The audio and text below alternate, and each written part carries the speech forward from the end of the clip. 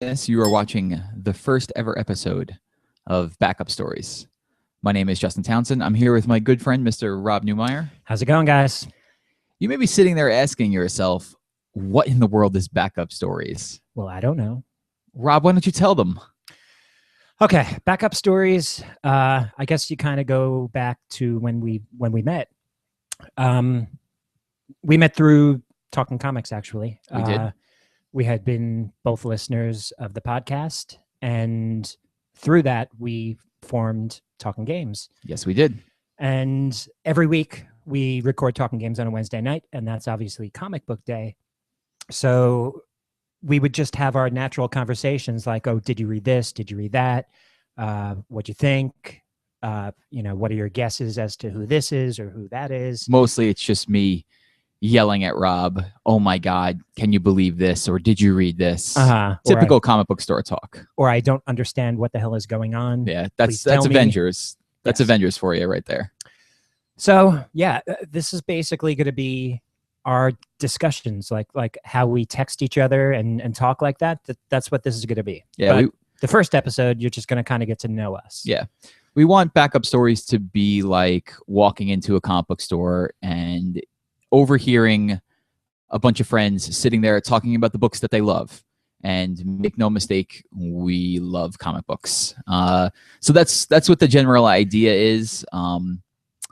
What you could expect from us is we're going to be doing if you're watching this, obviously you can tell, we're doing a video show. And you'll be able to download the audio format in the Talking Comics, what is it? Special edition feed, their new feed, yes.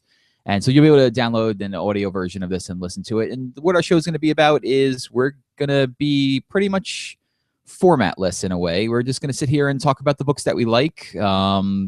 There's going to be lots of spoilers. Our show will be a spoiler show. We know that Talking Comics avoids spoilers, but for us, we feel like we couldn't really do the show any justice if we weren't sitting here really discussing what was going on in the books, and mostly so I can ask Rob what in the world Jonathan Hickman is doing. Yep, that's been our current hot topic. So like we said, if it's spoiler wise, you could just take your books, read them through the week, listen to Talking Comics, and then later on just pick us up and listen and tell us your thoughts on the books that we're reading. And that's not to say that we're not going to jump into other forms of media as well. I mean, unless you've been living under a rock for the last few years, the Marvel movies, the DC movies, they've all been great. Especially with things like the Avengers, and I mean, Age of Ultron is just a few weeks away. So we're going to be talking about movie news, movie rumors, what we think of castings, what we think of costumes, and all that stuff. We're going to be diving into that stuff as well as comics, but mostly we're going to be about comics. And I wouldn't be surprised if occasionally like a video game might slip in here too. I wouldn't be surprised. I wouldn't be surprised. So that's what we're about. That's what you could expect from us. But before we get actually into any books or anything like that, we wanted to just introduce ourselves. I mean, if you're coming over from Talking Games, you'll know Rob and I pretty well. We're pretty open over there, but we don't really get a chance to talk about comic books. So to introduce ourselves that way, Rob, why don't you tell me what your history has been with reading comics? Okay. I started reading books when I was 7. That's the first time I ever walked into a comic book store. The Marvel cartoons then were like the old 60s cartoons that were on VHS. So I used to watch like the old Spider-Man and Silver Surfer cartoons. And I guess that's what got me interested in the characters. So when I was 7, my father bought me into a comic book store, and he said you could pick one old book, one new book, and so that's how the addiction got started. What was the old book? It was Spider-Man. It was 2 Spidey books. I'm shocked. Yeah. So from there, I don't think I ever really dropped off. I would do odd jobs around the neighborhood, shovel snow, mow lawns, anything to get that extra money to just walk down to the comic book store and pick up my books. And it just continued on through high school. I still never dropped off. And into my later years, when I first started working in a comic book store, it was a local Planet Comics in the mall by us. which is no longer open now, but awesome store. That got me reading so much stuff. And now, same thing, back in another store and having fun. I can't believe that you used to work in that store in the mall. It's amazing to me that I must have run into you there. I mean, hundreds of times, because I was in there all of the time. And then to 10, 12 years later, around then, that we would be sitting in this room doing that. I always think that stuff is pretty cool. It's weird because there's deeper ties to Karen, to Bobby's wife, Karen. Like she knew people that used to work at the store also. That's great. That's so crazy. We didn't know each other until we started talking about those people. So yeah, the ties are kind of weird. But what about you? I have not as in-depth history with comics. I never got to work in a store, even though I always wanted to. I remember I was on my way back up. We live here on Long Island in New York, and we were coming back on a family vacation. I was probably about like 8 years old, and we were driving back up from some state way down south. I can't remember which one it was, and one of those just extremely long. There's way too many people in the car trips, and we stopped at a rest stop. And my parents took me into the stationery store that they had, and they were like, "Get a magazine or something." And I can't remember what I was originally looking for, but I was not looking for comics because I had never really picked up a comic before. And I remember I was like, all right, I guess I'll just grab this Spider-Man comic. And I had like a basic understanding of who Spider-Man was. I didn't know that he was married. Like I didn't know who Mary Jane was. And I read it and I fell in love with it. You being a big Mets fan and they got married at Shea Stadium. I know. Gosh, you think I would have known that at 8 years old, but amazingly it flew over my head. So I read that on the way back to New York and I fell in love with it. And I wanted to go get the next issue. And so at that time, I didn't even know where a comic book store was. My parents didn't know. So I just remember picking up issues at like the local 7-Eleven for a while until we found the comic book store I was going to for 20 plus years until I met you.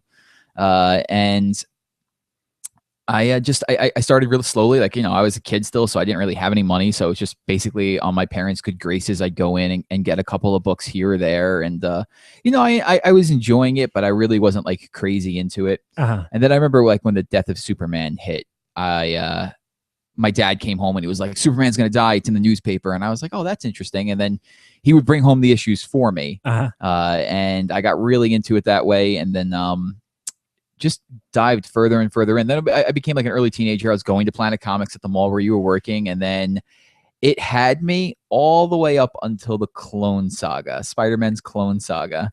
And I don't remember what happened. I just kind of fell off of it for a couple of years.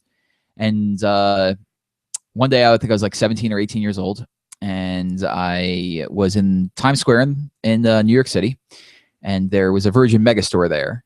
And I was downstairs waiting for a friend who was like talking to a girl upstairs, and I was really bored. And I went downstairs in the book section, and there was graphic novels, and I had really never seen a graphic novel before. I wasn't even really sure what it was. Okay. And it was the first volume of Ultimate Spider-Man from Brian Michael Bendis, and who was the artist on that? Bagley. Yes, Mark Bagley.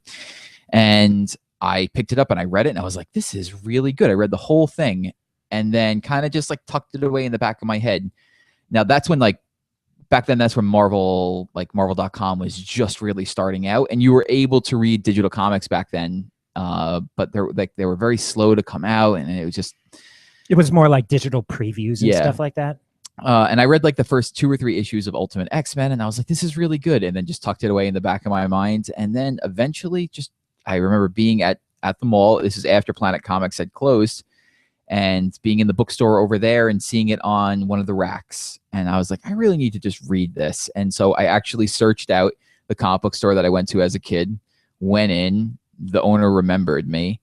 And then I started grabbing the trades. And then I was just reading Ultimate Spider-Man, like all the Ultimate books at first. And then I saw that Spider-Man was going to be in the Avengers and New Avengers. Oh, yeah. Okay. And I had started like a month or two before then reading Amazing. And that's during the whole Gwen Stacy, Norman Osborn fiasco. Yeah, the Straczynski stuff. Yeah. So I was like, this is really cool. I'm like getting back into comics. And then when New Avengers hit, I just picked up New Avengers and started reading it. And I really started liking those characters. It was actually like an interesting time to get back into comics, because when Bendis became who he really is at Marvel now is when he did Avengers Disassembled and broke apart the Avengers, which then gave birth to New Avengers. And so I went back and started reading I read Disassembled, and then I got picked up on all the crossovers. So crossovers actually brought me back to comics in a way, which is kind of neat, because usually they have the opposite effect. Yeah, no, definitely. I mean, crossovers could be overwhelming to someone that's just getting into comics. Luckily back then it was just the first one I had read was House of M, which was just like a 6-issue thing, which I really enjoyed. House of M was everywhere. Yeah, though. But like I avoided all those other ones, all the tie-in issues, because they were like they didn't really tie that much into the main story, and so I was able to avoid that, read it, and then just sink further in. And then from there I was like, well, I want to know more about this character or this character or this character, and then I started going backwards and reading. And I was strictly Marvel at first. And then I saw an image of Grant Morrison's R.I.P. Batman. Okay. And he was wearing the what is it? How do you say it? Zurana? Yes. Yeah, he was wearing that costume. Yeah, the purple, red, yellow. Saw that and was like, wow, I need to read whatever this is. And so then I started reading Batman. And then I wanted to go backwards and collect everything I could. That's a crazy storyline to jump in on. Yeah, it really was. But I went backwards and started going as far back as I could remember. And so I got the Night's End trades, and then grabbed the trades for No Man's Land. And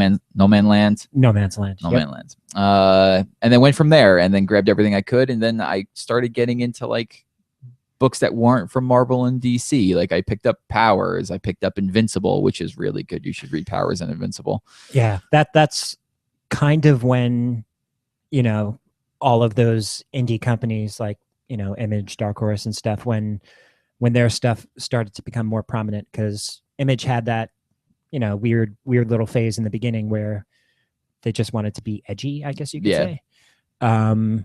But now they're an absolute powerhouse. So I can understand that you're picking up a lot of those. It was like a really cool time too, because you're sitting there and you're like, well, what am I going to read next? And it's like, I guess I'll start Invincible. And then it was like, well, you have like 70 issues of Invincible to read. And when you read the first couple and you're like, wow, this is really good. You're like, how many more? Oh, I have 65 more of these. And it's like, for me, it was an exciting feeling.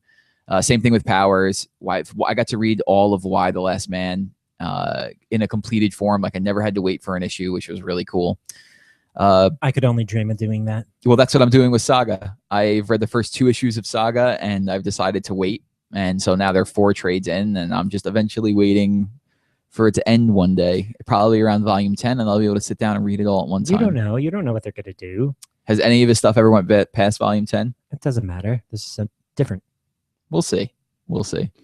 So from there, I just started reading more and more and more, and now I have a giant bookshelf, which you're kind of seeing behind you, of just all trades and comic books. Yeah, they're pretty cool. Awesome. Okay, so let's get into kind of what we're reading now then. What we're reading now. Why don't you take the lead? Okay. Oh, hooey.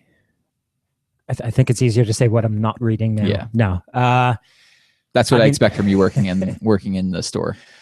Yeah. So I mean, Marvel wise, obviously anything Spidey related, Avengers related, Captain Marvel, Miss Marvel, Thor. Then you get into, I still read Deadpool stuff. I can't get into Deadpool. It's like one of the books that I just cannot get into. This is an amazing run. So it's a lot of good stuff coming from it. When they relaunched, I forget which relaunch it was, but Deadpool got relaunched. It was Marvel Now. And I tried reading when he was fighting the dead presidents. I tried reading the first couple of issues, and I could not get into it. Okay. Well, acquired taste then. Yeah. But there are probably some storylines I could throw at you that you would get into. I take your word on a lot of things. So if you say I like it, I probably would. What else, Marvel? I mean, a lot. And into DC, Batman, Suicide Squad, Deathstroke, Justice League. Do you read Justice League Dark?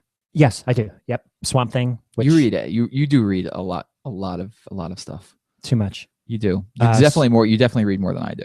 Well, when you know what it is, it's hard because I have people come and asking me questions all the time, and I don't want to be that person that's like, I don't know, So I try to read as much as I can of everything, so I could either guide someone to a series that they might like, or just answer questions, that's kind of needed. And then indie, or can you even say indie anymore? Image. I read just about every series that's coming out image wise. Nailbiter, Deadly Class, Pretty Deadly. Those are some of my tops right now. Obviously, I'm still reading Invincible, Walking Dead. Goodness. Are you reading Outcast? Yep, Outcast. I haven't Next picked up any issue Outcast is yet. this coming week. Issue 7 comes out, so we'll get more of that. Shelter just ended. Then there's just obviously all the upcoming books that I'm stoked for. Paper Girls and a lot. Yeah, for me, I read mostly Marvel. I just cannot get pulled into DC that much. The DC books are easy for me to list off. Like I'm trying to get back into Green Lantern, but it's hard ever since Johns left the book. Like I haven't been grabbed like when Johns was doing it, but I keep trying. I wasn't reading any Superman until semi-recently. I started picking up Action, and when Johns went on Superman, I started reading that. Yeah. And I read Batman because Batman's awesome. Everybody knows that. I do read Batman and Robin. I don't read Detective, though. Detective's one of those books that I just feel like has a lot of start and stops. Like I like the team that's on it, but it just feels like the stories aren't really grabbing me the way that some of the previous runs have done. They're very fleshed out story. Like, did you read their Flash stuff? I didn't. Okay. Well, yeah, that's I have kind of how I have it on the shelf behind you. I just haven't read it yet. I suggest you go back and read that, and that kind of explains their storytelling, and just put that into Batman terms. All right. Well, I also do Justice League, and I do read Wonder Woman. I was a huge fan of the New 52 run with Azzarello and Chang. That was amazing. It was incredible. And I had never really read any Wonder Woman before that, so I was able to come in with a fresh set of eyes and really just enjoy the magnificent long form storytelling that they did there. I'm still reading the new stuff. It's not as good, but I'm hoping that it gets better, and I'm excited to see the costume change coming that they just announced. Yeah, I mean, just with all the mythological elements, that's my thing. Definitely. Marvel, pretty much everything. All the team books. The only team book I'm not reading, I feel like, is Fantastic Four. Well, that's almost over at this point. It's almost over. We'll see what happens when they relaunch it, whenever Secret Wars ends. Spider-Man, all the Avengers books, even though they confused the hell out of me. I'm a huge Spidey fan, so I'll read anything Spidey. I was always a fan of the Ultimate Universe, so I'll usually read all the Ultimate Universe books. Captain Marvel, like all the books that you think of. Daredevil. I've read some of the new Moon Knight stuff. I really like it. I'm waiting for it to be collected. Hawkeye. Hawkeye for sure. Actually, no, I take that back. I was reading Hawkeye, then I stopped, then I started again. I was waiting for it to come out in trade because I missed it along the way. But now I've been just waiting, and they're never going to come out with that last issue. It feels like. No, it'll come soon. It'll come. But I did pick up the new one from Lemire, and I really enjoyed it. That was excellent. It's good stuff. I wish they would just finish it so that way I could read all of it now. And it's funny. I had people tipsy on that book. They were like, "No, I don't want more Hawkeye. I don't want to read anything." All I did was just say, "Look, take it. If you like it, then continue with the series. Yeah. If not, fine." And the 3 people I did that with, they're going to keep buying the series. So. Yeah, that was Nick, our good friend Nick. One of them is Nick. I had another couple of customers that I did that with. That's how you just got to get it in someone's hand. Yeah. And once they see, how good the material is, I understand comics are expensive. It's just one of those things you have to, I guess, set your priorities and make your list tailored to what you actually want to read. Yeah, I mean, to me, there's really no better feeling than introducing somebody to a book and having them like it. Like a friend of ours, Andy, I've been trying to get Andy to read Invincible for a while now, and he's like, yeah, it's like it's 100 issues in or 110 issues in. I don't know. And I'm like, it's really good. Just give it a shot. You give it a shot, you won't be disappointed that you did it. And so he had bought like the first 2 trades, I think. And I was like, it takes about 7 issues to get going, and then something's going to happen, and then it's going to change the book. And so I remember sitting there at work, and I'm doing what I'm doing, and I get a text from him, and he's like, yeah, you were right. I got to the point, and I just ordered the first compendium. Okay. So he's got like the first like 40 issues, I think, now that he's chewing through. He's probably done with it at this point. Oh, yeah, for sure. Andy likes to read.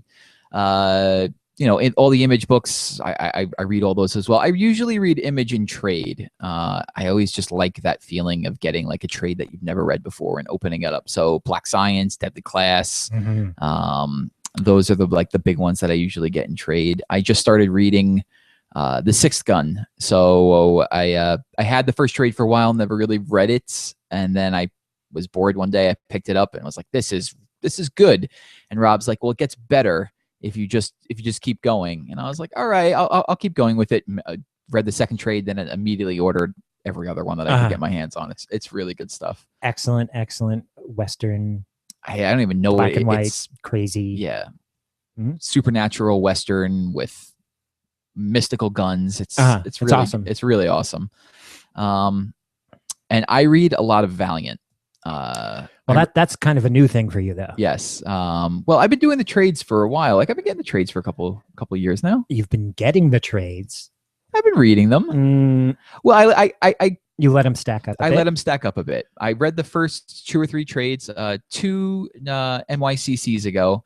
I ended up going and picking up Valiant just because I was like, I hear so much about these books. I should just pick them up. And so I went there, and I was just like, somebody point me in a direction, and they're like, well, here are our top 3 or 4 books. And I was like, well, give me the first 3 trades of each of them. And it was great. Valiant books are so cheap. It was like, I don't know, $20 for 3 trades. So it was great. Yeah, that they always have good deals at cons. They do like the 4-packs and stuff.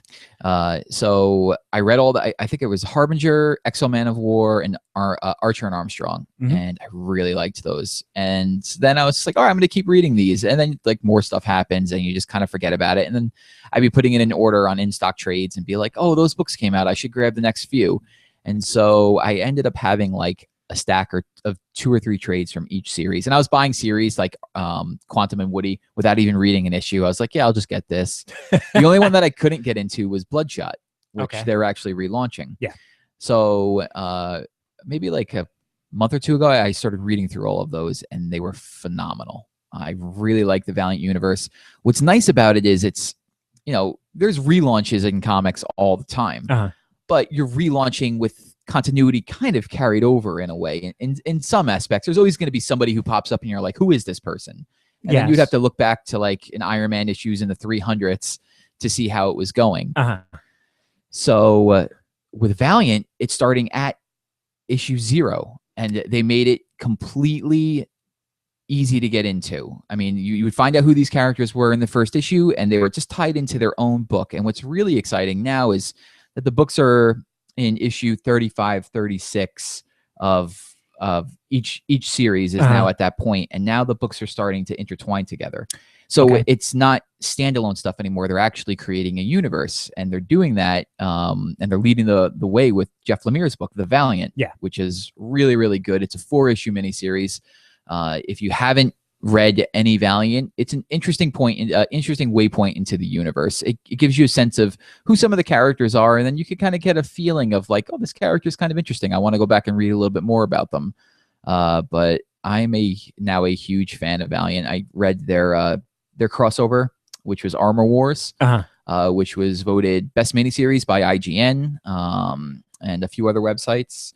So yeah, like I'm getting on the Valiant train pretty hard. The first issue of Ninjak. I was just about to say you're going crazy over that book. Yeah, the first issue of Ninjak, who is a character in the universes. He can jump back and forth between books. When Valiant closed down after they were bought by Acclaim in the early 90s, he had his own book, and so people have been clamoring for Ninjak to come back. So he is what he sounds like. He's a ninja, and he's really awesome. And so they just debuted his first issue. It is gorgeous. It is. It's absolutely beautiful book. Really beautiful, and it tells a very interesting origin story. Like it jumps back and forth between timelines, then and now. But if you know nothing about Valiant and you want to pick up just a gorgeous looking book, pick up Ninjak. It's a great way to start even reading a little bit of Valiant. Cool. Yeah, I mean, I 100% agree with everything you just said. That's sweet. Beautiful stuff. So if I had to ask Rob, what is your favorite book out right now? What would it be? Man, oh man, oh man. Now, we didn't practice this question. No, I'm just throwing it at Rob right now. Honestly, I would pick a couple per company. I can't just pick one. You have to pick one. No, I can't just pick one. Nope, can't. I would say image-wise, I'm going Deadly Class and Southern Bastards. Absolutely love that book. I have the first trade of Southern Bastards, and it's I haven't disgusting, read it yet. and it makes you want to hate the main character, but kind of be on his side. Well worth reading.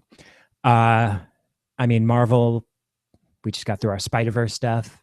Spider-Verse was excellent. That was my dream as a kid, every Spider-Man together. So Rob and I both have Spider-Man tattoos or Spider-Man related tattoos.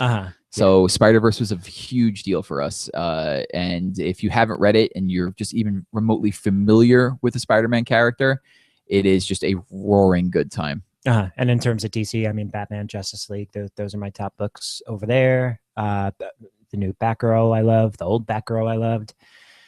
I mean, there's too much stuff. I can't just pick. Hellboy, how could you, I haven't read that much of Hellboy. Yeah, the new series is excellent, the Hellboy and the BPRD. That one I am reading, but I haven't read a lot of the original stuff. I was on the Talking Comics book club a couple months ago when they were reviewing the first volume of Hellboy, Seed of Destruction, and it was good. I love Magnolia's art. I just haven't got a chance to dig back into it yet. Well, that's cool because this kind of comes before all of that. Yeah, so it was perfect for somebody who hadn't read that much. It was like, oh, sweet, this is a prequel in a way. A teenage Hellboy is pretty cool. Yeah. So yeah, I mean, those are probably tops of my pile of books. For me, I would say you have one series you could honestly say this overall. I think it's Invincible. Okay. I really like Invincible. And for those who maybe just are new to comics and not sure what Invincible is Kirkman's other book. He writes The Walking Dead. He also writes Invincible. And it is a superhero comic. But what's nice about it is in most superhero comics, time doesn't change.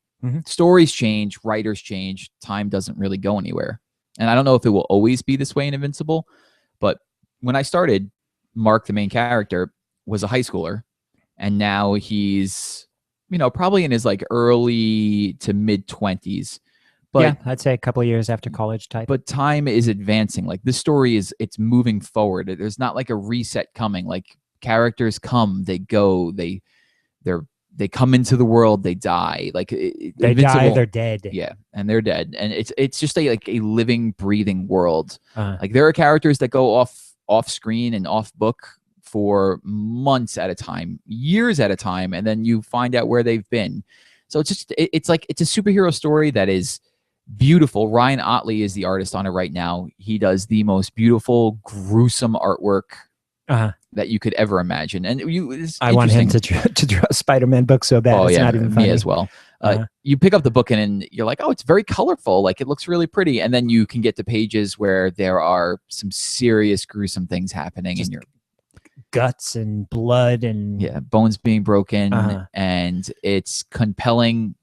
It has my favorite love story in comics. Yeah, I could say that it's up there. And it's probably my favorite. It's the book I think I can't live without. I'm scared of it ending. I know Spider-Man's never going to go away. I know Batman's never going to go away. I know that books like Black Science and Low and Southern Bastards, like you said. What's that book? I'm looking up at it now. Morning Glories. Those will all end. They'll eventually end, and they'll be amazing tales, like Why the Last Man, where you could just open it up and reread it and enjoy it. But as far as a series that I don't ever want to go away, and that's what I think makes it my favorite, I think it's Invincible. Okay, fair enough. So that's it. Yeah. I think we should that's our introduction. And close up for the night. Yeah, we're going to close up for the night. It took us quite a while to set this up. Yes. We've been sitting here for a few hours trying to figure out how to get this and I'm sure like working. Stuff will move around and we'll work on the lighting and stuff. We got some glare back there. But yeah. Everything's going to be worked on. It's an absolute test run, but we'll still put it up. Yeah. So that's going to do it for us. Just a contact information. If you want to follow us, we're at Backup Stories. And I am at Joroak, Joroak. And I'm at Dusk 1020, Dusk. Dusk 1020. You can find us every week on the Talking Games podcast. You can follow us over there at talking_games. And we're all part of talkingcomicbooks.com. So you could follow them over at Talking Comics. Yep. So thanks so much, guys, for viewing in on our inaugural ship ride. And we'll be back next week. We'll be spoiling some books. We hope that you tune in with us. Take care. Have a good one.